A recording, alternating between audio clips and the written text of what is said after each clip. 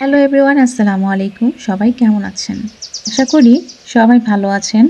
গতকাল রাতে আমার ছোট্ট ঋতু পিঠা খেতে চেয়েছিল, আর সেই প্রস্তুতি শুরু করতেই খুব সকালে ঘুম থেকে উঠে পড়লাম। যা খুলতেই একরাশ ঠান্ডা বাতাস যেন চাপটে ধরল।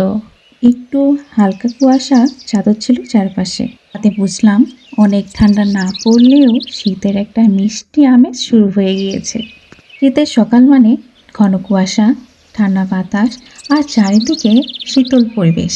রাতে ঘুমাতে যাওয়ার আগে সকালের নাস্তায় ছেলেকে পিঠা বানিয়ে দিব বলে কিছু পরিমাণ চাল ভিজিয়ে রেখেছিলাম। যেহেতু আমি গ্রামে বেশি থাকি না, ঢাকায় থাকা হয়, তাই আমার ব্লেন্ডারটা ঢাকাতেই।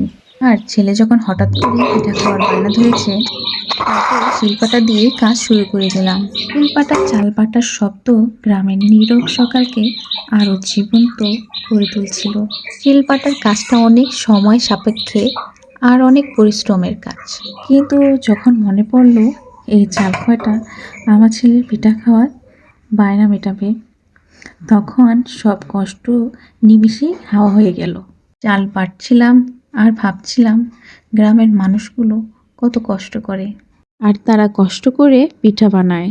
কথা বলতে বলতে কিন্তু আমার চাল বাটা শেষ হয়ে গিয়েছে। এখন আমি পাটিসাপটার পিঠার ব্যাটারটা তৈরি করব।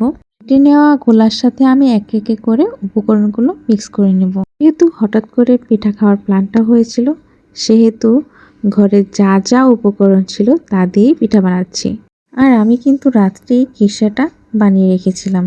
এরপর আমি বিসমিল্লাহ বলে শুরু করে দিলাম। পিঠা বানাচ্ছিলাম আর বাইরের ভিউটা দেখছিলাম।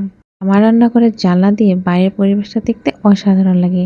আর তার থেকে বড় কথা হচ্ছে, এই জানলাটার পরে একটা গাছ আছে, যেটা হচ্ছে পুকুরের সাথেই।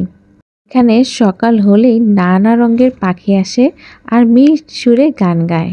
ফ্রাই প্যানে তেল ব্রাশ করে এর মধ্যে আমি হাফ কাপ ব্যাটার ঢেলে দেব। ফ্রাই প্যানটার হাতলটা ধরে সুন্দর মতো ঘুরিয়ে আমি একটা পাতলা রুটির আকৃতি তৈরি করে নেব।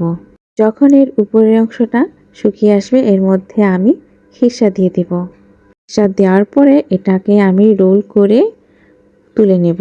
একইভাবে আমি সবগুলো পিঠা ভেজে তুলে নেব। এক এক করে পিঠা বানাচ্ছিলাম আর আমার ছেলেকে দিচ্ছিলাম। ঘুম থেকে উঠেই আমার ছেলে তার প্রিয় পিঠা পেয়ে মহা খুশি। শীতের সকালে পিঠা খাওয়া এক অন্যরকম ব্যাপার। তো আজকের ভিডিওটা এই পর্যন্ত। সবাই ভালো থাকবেন, সুস্থ থাকবেন। আল্লাহ হাফেজ।